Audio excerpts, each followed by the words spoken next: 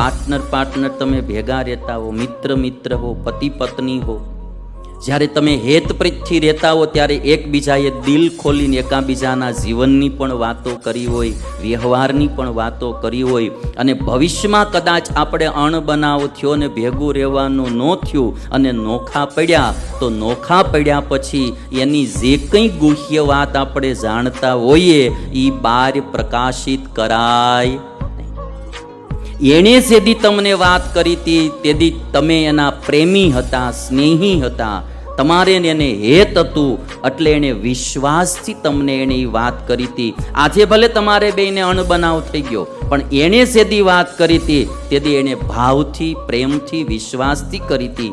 એ વાત પછી અણબનાવ વખતે ગામમાં કહેવાય નહીં. સ્વામિનારાયણ ભગવાને આજથી 200 વર્ષ પહેલાં શિક્ષાપત્રી લખી, એમાં એવું કહ્યું કે કોઈની ગુહ્ય વાત